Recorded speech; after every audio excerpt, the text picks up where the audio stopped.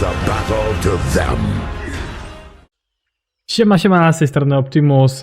Słuchajcie, tak jak wiecie, od jakiegoś czasu nagrywam różne spotkania z różnymi graczami, robię takie przeglądy kont, rozmawiamy z wieloma graczami, którzy, jakby tak powiedzieć, są albo na takich polskich królestwach, albo są na jakichś zagranicznych. No i tu do mnie trafiła Sharin. Siema. Cześć, witam wszystkich.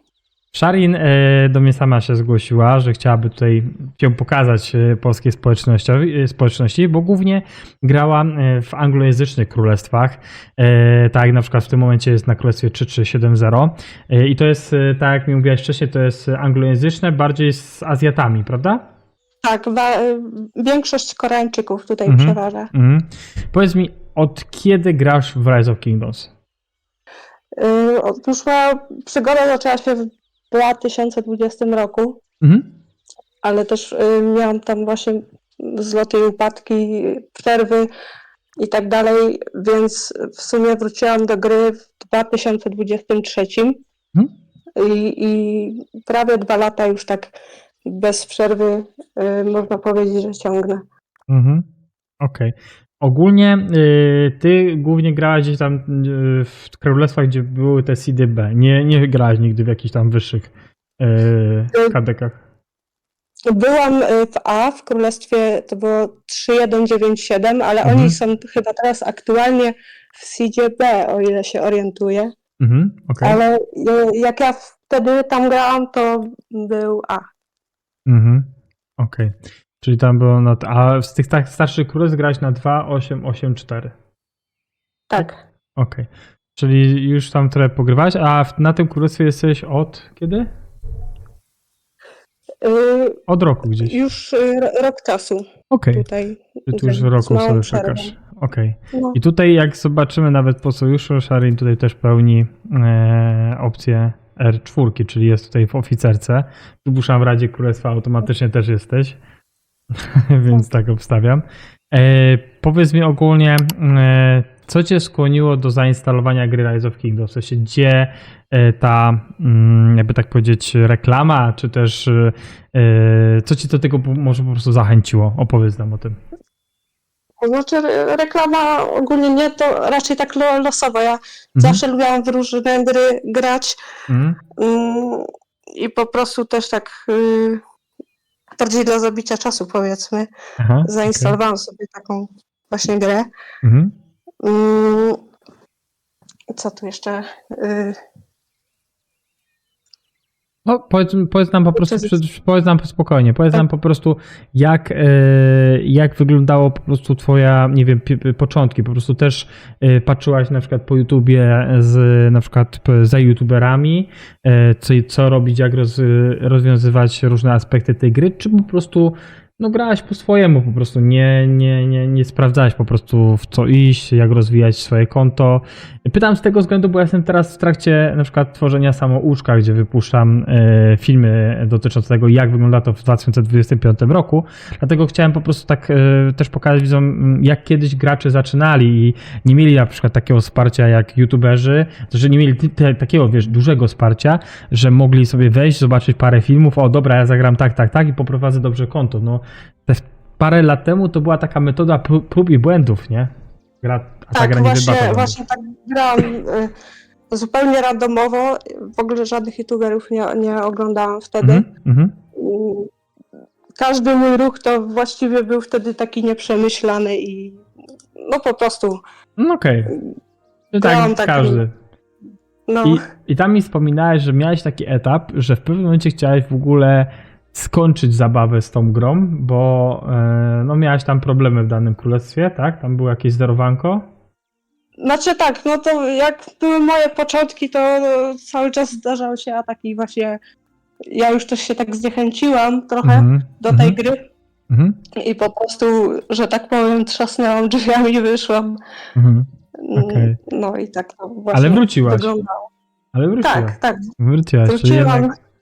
Czyli jednak gra cię tutaj w jakiś sposób zachęciła do powrotu. Tak. Okej.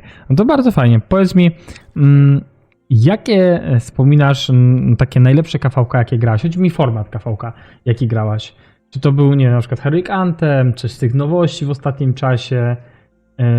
Jaki ogólnie może ci się podoba, albo ci się przyjemnie gra?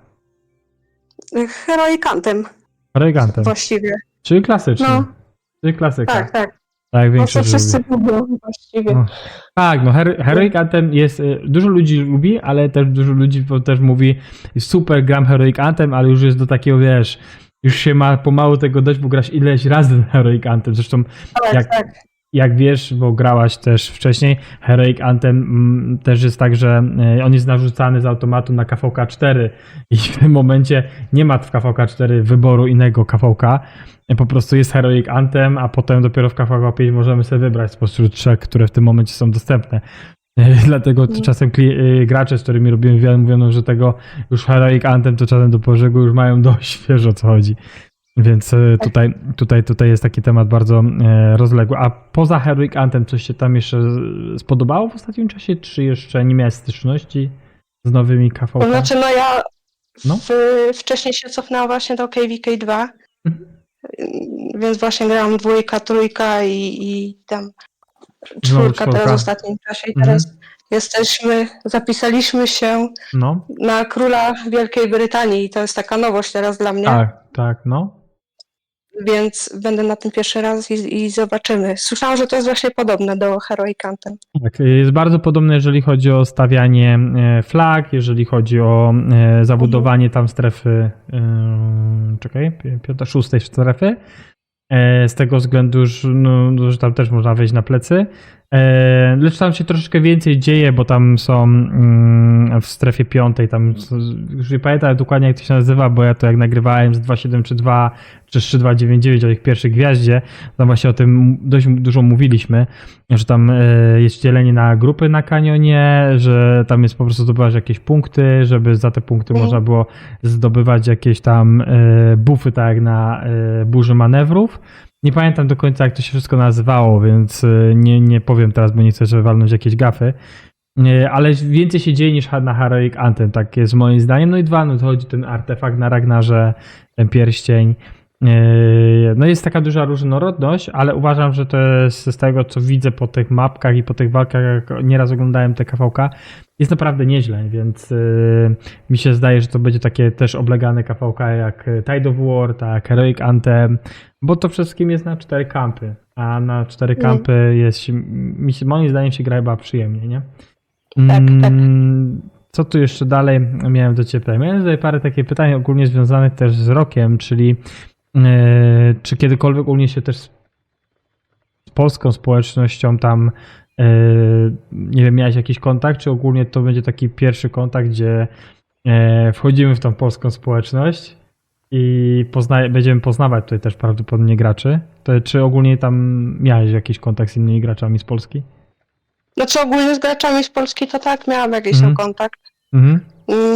Też tam na jakiejś grupie facebookowej, ale tam raczej się nie udzielam zbytnio. No, na tych grupach jest różnie, więc ja się nie dziwię. Różnie czasem piszą, albo piszą takie czasem rzeczy, które już nawet nie chce się odpisywać. Tak. Co tutaj jeszcze takie z najważniejszych rzeczy, bo przejdziemy zaraz do twojego konta, wszystko tam sobie omówimy, bo masz naprawdę fajne, moim zdaniem, konto. Pogadamy też o twoich farmach, bo tutaj niektórzy nie wiedzą, że masz fajnie farmy przygotowane.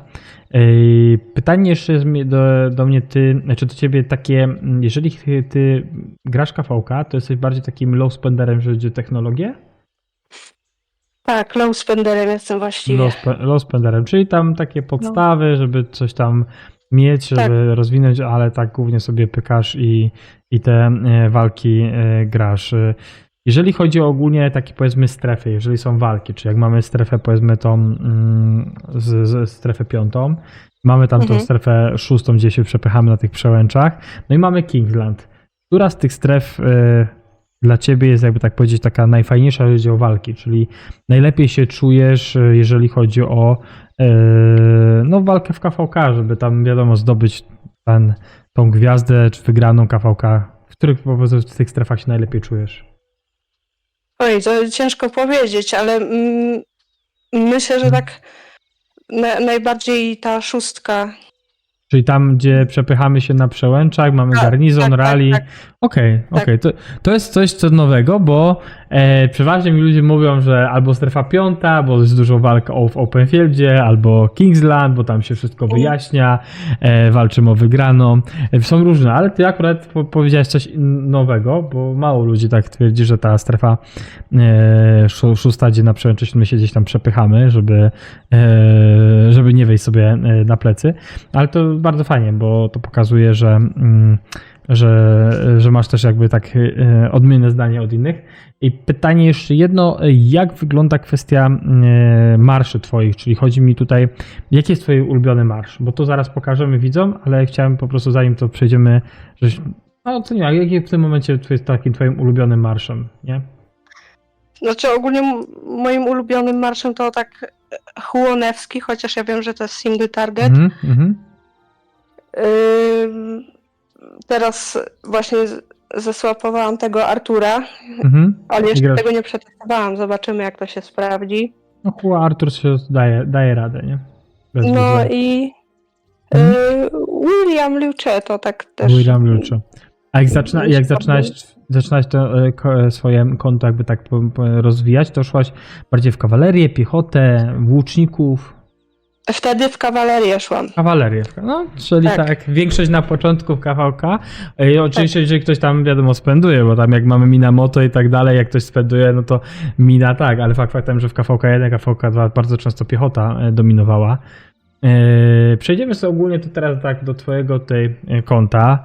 Tutaj na tym ze screenów, co mamy, no Jezu, oczywiście będziemy tutaj wywalać, teraz już widzimy wszystko. Mamy twojego Williama Wallace'a, widzę, że tu mamy full gear, widzę, że też poszłaś w sztylet, tak jak ja. Dużo mi ludzi na przykład, wiesz, polecało naszyjnik ten, co masz od normalnych obrażeń, ale widzę, że tu też poszłaś w sztylecik. Tutaj z kolejnych, co widzimy, jakby tak powiedzieć, na ekranie, to są twoje punkty zabicia. Widzę, że masz strasznie dużo T5, czyli tam cisnęłaś mocno, nie? No staram się, żeby tego było jak najwięcej. No, ale to pokazuje, wiesz, że też nie robisz częstych wymian T1, zresztą teraz na KVK już te T1 są nieliczone, bo Liz poradziła zmian. Masz tam głównie właśnie te T5, że bardziej, wiesz, jesteś graczem takim KVK, a nie ktoś, co pobiega po królestwie i nabija sobie, wiesz, na farmach na T4. Przejdźmy sobie dalej. No i tu mamy na screenie twoje farmy i masz bardzo fajnie to rozwinięte, bo masz właśnie 24, 25 poziom, czyli też z głową te farmy, nie robisz wszystkich na 25 i przede wszystkim masz fajnie skórkę, bo masz to skórkę, motyw miasta, masz już jakby na to powiedzieć, masz te powody do zbierania. Widzę, że pozmieniałaś sobie wszystko już praktycznie przy tych mniejszych farmach na Majów. Ile ogólnie masz tych farm? Ogólnie 22. Wow, dużo. Dużo, żeby ogarniać to wszystko. Dużo, no. Znaczy, ja bym powiedziała, że te 12 farm to takie są bardziej pasywne. Ja tam się loguję raz dziennie i zbieram po prostu z terytorium te surowce. Aha. Raczej tak nie zbieram. One są takie malutkie, tutaj 12 poziom ratusza, 13. To też coś daje. To zawsze coś daje. Nie, aż tyle farm to mi się nie chce tak ogarniać, żeby tam 22 farmy, ale te aktywne to jest 10 farm aktywnych, które tam się loguję kilka razy dziennie i po prostu wysyłam tam tych żołnierzy po kukurydzę i tak dalej. I ty masz tutaj, czekaj, w awatarach masz sąsiadów, fajnie. Tak. To jest fajne, takie inne, fajne. Ogólnie tutaj też widzowie widzą, ile, nie wiem na kiedy ten screen oczywiście był, ale do KVK, że surowce to jesteś przygotowana na pewno. To jest naprawdę dużo. No tak, no, ja się tutaj akurat śmieję, jak gdybym był dalej w KVK, a czy dalej w jednym królestwie, tak jak ty przez rok, to może bym też osiągnął taki pułap. Ja akurat mam takie szczęście o stanie do królestw. Tutaj akurat masz pre-KVK, mieliście teraz jakoś? Tak. Dziś kończymy, za kilka godzin wchodzimy właśnie na KVK, na mapę. O, to właśnie, to zaraz to przegadamy sobie jeszcze kwestię, bo odpalimy sobie tam tą mapkę i zobaczymy te królestwa, jakie tam są. Może nam wtedy od razu też powiesz, jak to wygląda u ciebie w kampie, jak jesteście podzieleni, kto na kogo gra. Może będzie nawet fajnie o tym też pogadać.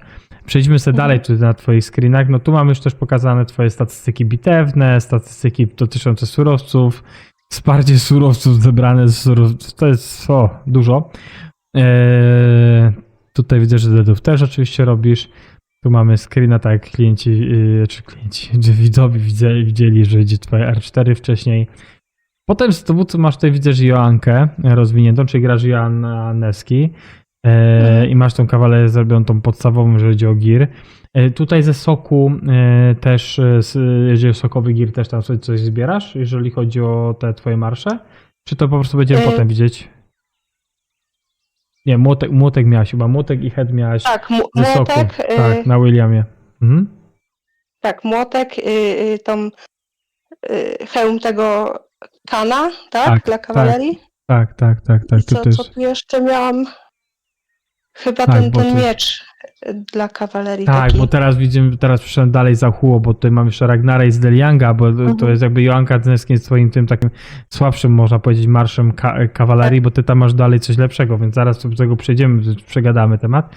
Ragnar widzę, że tutaj jest prawie na ukończeniu. Zostały portki i drugi ring. Co tam chcesz za drugi ring sadzić do tego sztyletu? No jeszcze nie wiem, zobaczymy.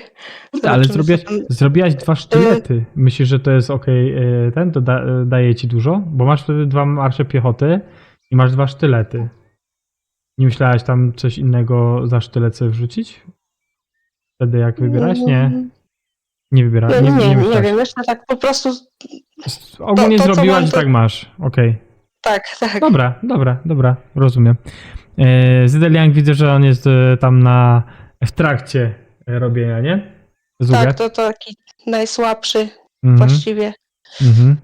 Okej. Marsz. No tak, najsłabszy marsz, ale to jesteśmy teraz w sumie na twoim chyba najlepszym. No bo tak, portki mamy już do poziomu 5.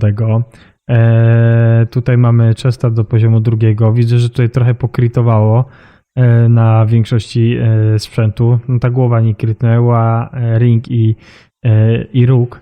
No ale może kiedyś krytnie, chociaż teraz bardziej się opłaca robić kulty, a potem dopiero krytować Mhm. te zbroje. No ale fajnie, bo masz takich 4 na pewno marsze, które fajnie będą sobie dawać radę w openie, no i ten 5, który tam sobie przez cały czas jakby tak rozwijasz. Przejdźmy tutaj dalej. Tu akurat twój profil już widzieliśmy, że twoja inskrypcja, jak tutaj tak popatrzymy, no to 6 inskrypcji w uzbrojeniu, bardzo fajne statystyki na Zugę, z PZT na +10. Tak, Dużo tam... to się udało. Właśnie miałem mówić, że tam dużo ci szczęścia też przyszło, żeby tak fajnie to wyrolować. Naprawdę fajna opcja.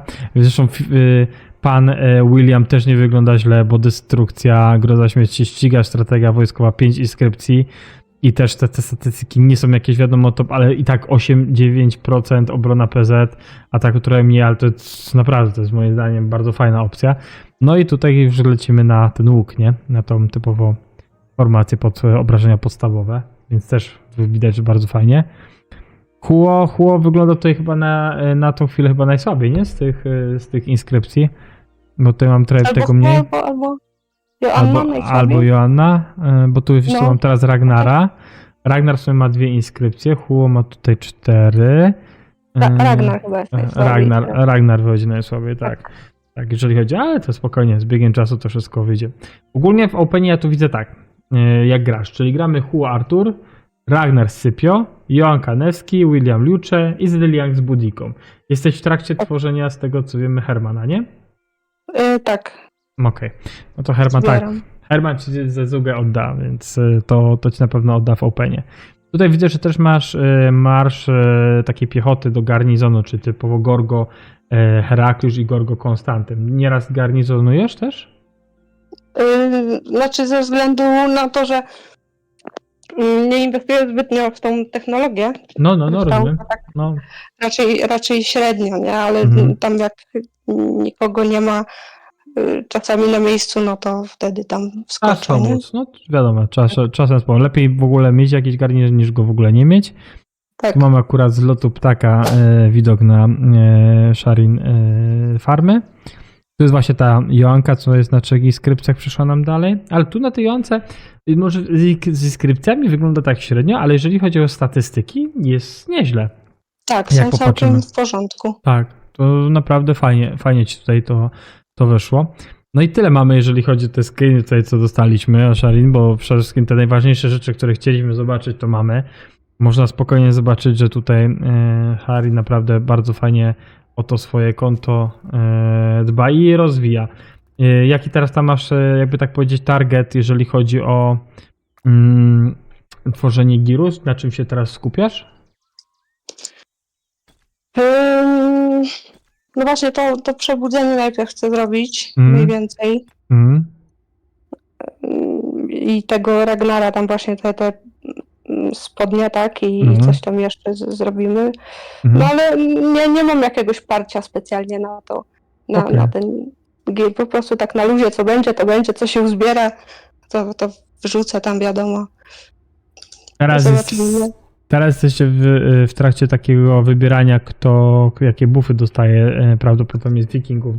Dobrze mówię, nie? Tak. Tam z tych z Brytanii. A które misje zajęliście? Bo tutaj nie mam akurat screenów z pre-KVK. No niestety w drugim etapie to już właściwie już wszystko przegraliśmy i zajęliśmy 4. miejsce i tak już zostało do końca potem. A byliśmy na pierwszym. A jak Królestwo 3096 sobie poradziło? 3096? No. Gdzie oni tu? Tam z tego względu, bo to królestwo było kiedyś moim sojusznikiem. Ja grałem na 3090 na KVK 2 i tam pamiętam, wtedy to było tak typowo ruskie KD i oni nie wyszli ze strefy swojej 4 i szybko się poddali, przeszli na naszą stronę. Ale ogólnie powiem ci, jak tak przeglądam na te kadeki tutaj, to szczerze ci powiem, że w sumie poza 3096 i może 3175 nie znam tutaj już więcej jakichś tam królestw takich, może dlatego, że to jest też dużo młodych, ale z tych starych też tak nie kojarzę tych królestw. Więc to jest taki, tak jak mówiłaś, Seed B. Pewnie macie jakieś parę KVK z Seedu C. Tak, tu jest mieszanka Seed B i C. Wy będziecie grać jako który kamp? Jako jeżeli swoje królestwo? Jesteśmy jako West? Gwiezdny, tak? Gwiezdny, czyli pewnie jako Wessex jesteście rozpisani. Czyli ten na dole po lewej stronie. Tak mi się zdaje, że tak to mniej więcej wygląda. A z jakiejś tam statystyki, jeżeli chodzi o KP i Power, czyli dobieranie waszych kampów, czyli tam królestwa, które jesteście w kampach, dostawaliście? Wiesz, jak już to mniej więcej wygląda? Tak, było dosyć podobnie. Nasze kampy wyglądały bardzo podobnie. Czy wszystko wyglądało podobnie? No i tak jak tak przeglądasz na te swoje, na te królestwa i na przeciwników, to jak myślisz, że jest jakaś tam szansa coś powalczyć o wygraną, jakąś gwiazdkę, czy... No, szanse są, ja jestem zawsze pozytywnie nastawiona. Czyli walczysz do końca. Bardzo dobrze. Tak, ale zobaczymy, jak to wszystko wyjdzie w graniu. Okej, nie, to bardzo dobrze na tym. A ogólnie jeżeli chodzi o tutaj polską też społeczność, o co cię też zapytam, bo nie wiem, czy słyszałeś o tym, że u mnie w Polsce u nas kiedyś było robione Boomfire Gathering, czy o tym, co Lili tam nieraz trąbiła, czy takie spotkanie ogólnie graczy, czy tam w innych na tych Boomfire to się królestwa spotykają, ale tutaj akurat robiliśmy w całej Polsce. Czy o tym w ogóle tam kiedyś słyszałeś, czy nic? Tak zapytałem z ciekawości. Okej, dobra. Nie. Jeżeli chodzi o Polskę, to nie słyszałam. Okej. Czyli nie oglądasz polskich youtuberów. Nie. Oglądam i swój kanał ostatnio oglądam i Snowa. Także... Nie, no my w czerwcu robiliśmy Boomfire Gathering w Warszawie, bo wtedy to załatwiliśmy. W tym roku, jeżeli się uda, to będzie w Katowicach. Więc jak będziesz miała, że to jest w miarę blisko, to i będziesz miała chęć i będzie coś takiego ogłaszane, no to wpadaj, bo to zawsze też możesz poznać innych graczy i pogadać też, wymienić się ze swoimi spostrzeżeniami. Zresztą do tej grupy, do której cię dodałem, to też tam możesz też z innymi graczami pogadać z Polski.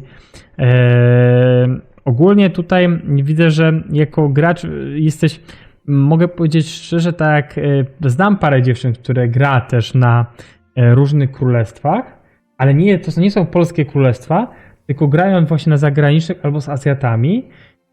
Nie chcą jakby mieć z polską społecznością tam, albo z polskimi KD przede wszystkim styczności. Wolą po prostu gdzieś tam sobie grać z innymi i się jakby tego trzymać. I ja powiem ci, że ja też tak miałem, bo ja też jeszcze tam 3-4 lata temu grałem tylko w zagranicznym sojuszu, gdzie były głównie Amerykanie i Azjaci. I właśnie fajnie mi się grało właśnie tak, że tam byłem chyba na początku mieliśmy jakiś tam polski sojusz, ale potem byłem praktycznie sam, że albo nas było 2-3 Polaków. I był też właśnie tak, inaczej się gra z anglojęzycznymi graczami, jak jesteś w takim jednej community, niż tam w polskim. To pewnie, nie wiem, czy jak śledzisz jakieś tam polskie media albo społeczności, czy nasze filmy ze Snowem, no to też pewnie widzisz, że inaczej się gra, nie? Tak. Że jest inaczej na tym. No to fajnie, że fajnie tutaj, że też poszłaś w tą stronę, bo to też fajnie pokazuje, że od początku myślisz nad swoją grą. Jaki taki, na koniec zapytam, jaki taki największy błąd popełniłaś ogólnie, powiedzmy przy swoim koncie, nie? Taki największy błąd, który na przykład chciałabyś przeszedł na przykład widzów, którzy nas oglądają i na przykład no nie chcieliby, jakby tak powiedzieć, popełnić takiego błędu. Właśnie tak jak zaczęłam na początku grać, ja robiłam wszystko na ślepo. Po prostu pierwsze lepsze, co tam wpadło, jakieś materiały czy coś, co się dało, to tam właśnie tworzyłam, czy jakiś ekwipunek, czy coś. Wszystko na ślepo, bez jakby, no nic nie czytałam praktycznie. Co to tam daje, jakie statystyki i tak dalej, i tak dalej. I to był właśnie taki błąd, że ja się tak nie za bardzo interesowałam, po prostu no, grałam tak na luzie, nie? No ogólnie całkiem w porządku, ale jeżeli ktoś chce grać już tak później na serio, to lepiej, żeby tam sobie obejrzeć, czy właśnie jakieś poradniki na YouTubie, czy coś, bo to jednak tam dużo daje, żeby potem tych błędów nie popełniać. I jeszcze taki mój błąd był, że ja ogólnie bardzo długo bez farm działałam. Aha, czyli z surowcami było ciężko. Tak. I no też ktoś mi tam radził, zrób farmy, a ja też tak, a po co mi to, że no nie mam czasu i w ogóle, ale potem jak założyłam sobie już takie pierwsze kilka farm, to całkowicie zmieniło jakby tutaj trochę tą moją rozgrywkę, nie? Więc myślę, że też jeżeli ktoś ma wątpliwości, czy tam farmy zakładać, czy coś, to szczególnie nowi gracze, to zakładajcie, nie? Jaki z tych eventów, które Lilith przez ostatnie, powiedzmy na przykład 2024 robiła, jaki z tych eventów, wydarzeń najbardziej ci się podoba w tej grze, które Lilith, jakby tak powiedzieć, no, nam daje, nie? Do wykorzystania? Mi się podoba ta mistyczna kraina, co ostatnio wyszła. O, okej, to jest coś nowego. Dobra, no, dawaj. Tak, bardzo mi się podoba, tylko że trochę te nagrody w tym sklepie są takie słabe. Mogliby dać coś tam... No, nagrody w sklepie są bardzo średnie. No to, gdyby dali te materiały, nie? No, tam właśnie w Seroli jest większy wybór, bo tam można i przyspieszenia kupić, i jakieś materiały, a tutaj to praktycznie chyba tylko surowce i nie wiem, co tam jeszcze jest, ale taki, no nie za ciekawie to wygląda, jeżeli chodzi o ten sklepik, ale samo wydarzenie bardzo mi się podoba. Okej, a coś takich, powiedzmy, wydarzeń, gdzie mamy tak, nie wiem, młotki, jajo, z takich wydarzeń cię jakieś najbardziej tak zachęciło do, jakby tak powiedzieć, tam, może nie spendingu, ale ogólnie działania w tym, żeby tam, nie wiem, stworzyć sobie lepszy gear, lepiej rozwinąć postać, formację. Masz jakieś takie wydarzenie, które lubisz robić, czy głównie na takich właśnie jak typu C-role bazujesz? Nie patrzysz na przykład, teraz będą młotki, fajnie, bo ja lubię te młotki robić i tam sobie to zbierasz, żeby tam zdobyć tam na przykład lepszy gear lub też zdobyć troszkę materiałów. No młotki okej, ale tam poza tym to chyba tak Nie masz Niespecjalnie jakichś- tam jakoś. Okej, No. okej. Nie, pytam się ogólnie, bo dużo ludzi przeważnie albo wskazuje na wielbłąda, czyli ten event, co jest raz do roku, kiedy na przykład, no kiedy są Aha. urodziny Lilith. Tak, Niektórzy, to zapomniałam o nim, to on No. też fajny jest. niektórzy wskazują na Esmeraldę, tą nową, odnowioną, gdzie się kręci tym, wiesz, powiedzmy ala zegarem, trzema wskazówkami zegara. Więc wiadomo, każdy ma inny, ale tutaj też pokazałeś, że na przykład nowy event ci podoba, gdzie dużo ludzi znam, którzy mówią, że to jest tragedia i tak dalej. Nawet teraz, jak ja grałem ten mityczny, no to nie grało się go tak łatwo na tej legendzie, na przykład jak 2 tygodnie temu, bo chyba 2 tygodnie temu on był, czy tam 3 tygodnie temu. Nie grało się go tak łatwo jak teraz. Znaczy teraz się grał trudniej, bo ten jednak drugi boss wymagał takiego ogarnięcia filu. No bo potrafił gnieść w ziemię. Ale fajnie, że ktoś też potrafi powiedzieć, że ten event się podoba, bo ja na przykład od początku mówię, że on jest fajny, tylko też fajnie się gra z graczami, którzy ogarniają, bo z randomami jest różnie, nie? Ja na przykład osobiście No. lubię statki, nie? Zagrać. Jak są statki, ja lubię grać, więc... Ja i niektórzy mi mówią, że głupi jestem, że statki, że to jest jeden z gorszych eventów. Mi on pasuje, nie? Mam No. nadzieję. Więc to jest Każdy ma fajne. inne upodobania, nie? Dokładnie. Na tym. No to co? Tu najważniejsze rzeczy cię wypytałem. Zobaczyliśmy twoje konto. Zobaczyliśmy to, jak tutaj siebie rozwijasz. Naprawdę nieźle, bo 6, no to co masz zrobione w KPK-ach, to jest miazga. Tym bardziej, że to dalej rozwijasz. Nie spendujesz, to też ludzie mogą zobaczyć, że da się zrobić fajne KPK na koncie, gdzie nie spendujemy, nie dajemy dużo pieniążków, tylko po prostu trzeba chcieć i być aktywnym, bo przypuszczam, że twoja aktywność na KVK jest na dobrym poziomie. Tak, ja jestem dosyć aktywnym graczem. Więc to też Także- pokazuje na tym. To też pokazuje, że gracz typu tak jak tutaj Sharin, to dzięki swojej aktywności nadrabia dużo i też nie musi nie wiadomo ile tam pieniędzy przeznaczyć na grę, więc to jest fajna opcja dla właśnie graczy, którzy zaczynają w tę grę, żeby ich zachęcić. No bo jest różnie, nie? Tu widzicie, że konto No. już troszeczkę jest rozwinięte przez te lata. Na tym. Dzięki ogólnie Sharin za rozmowę, dzięki w ogóle, że się zgłosiłaś. Mam nadzieję, że się nie zestresowałaś za bardzo, bo moim zdaniem było naprawdę ok. Widzowie, mam nadzieję, że też tutaj to powielą. No i fajnie, że opowiedziałeś tu nam o sobie. Polska społeczność cię zapewne też tutaj pozna. No i pewnie jakieś tam wiadomości prywatne podostajesz. Mam nadzieję, że pozytywne, że nie będą ci No. głupie rzeczy pisać, bo to różnie jest tutaj w polskiej społeczności. No ale wierzę, że widzowie tutaj ci, co oglądają, to są dorośli ludzie i nie robią głupich zabaw. No i co? Może się uda, to jak będzie Boomfire Gathering, zorganizujemy w Katowicach, to może się pojawisz i wtedy pogadamy na żywo. I tak samo inni gracze, którzy też będą mogli cię poznać jeszcze lepiej. Tak, pewnie.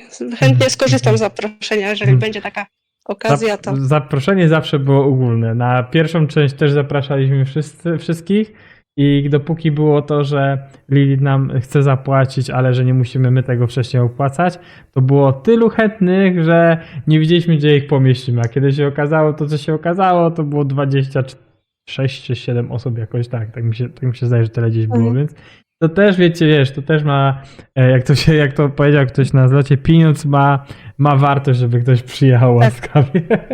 Ale te zloty są fajne. Fajnie, wiesz, my zrobiliśmy pierwszy raz coś takiego w Polsce, planuję zrobić to drugi raz, więc mam nadzieję, że wtedy będziesz. Do zobaczyska. Dziękuję widzowie, że jesteście ze mną, że lajkujecie, komentujecie, pchamy ten kanał przez cały czas do przodu. Jeszcze raz Sharin, dziękuję, że się pojawiłaś, że się zgłosiłaś. Też tutaj możesz się z nami na koniec pożegnać oczywiście. tak, dziękuję za rozmowę i pozdrawiam wszystkich. Mam nadzieję, że zobaczymy się w grze na jakimś KVK. No właśnie, jak zobaczycie Królestwo 3370, to zaraz możecie napisać do Sharin Siema. Gramy razem przeciwko sobie. Miłej zabawy. I tak samo Tak, wam pewnie. życzę miłej zabawy. Do zobaczenia. Elo.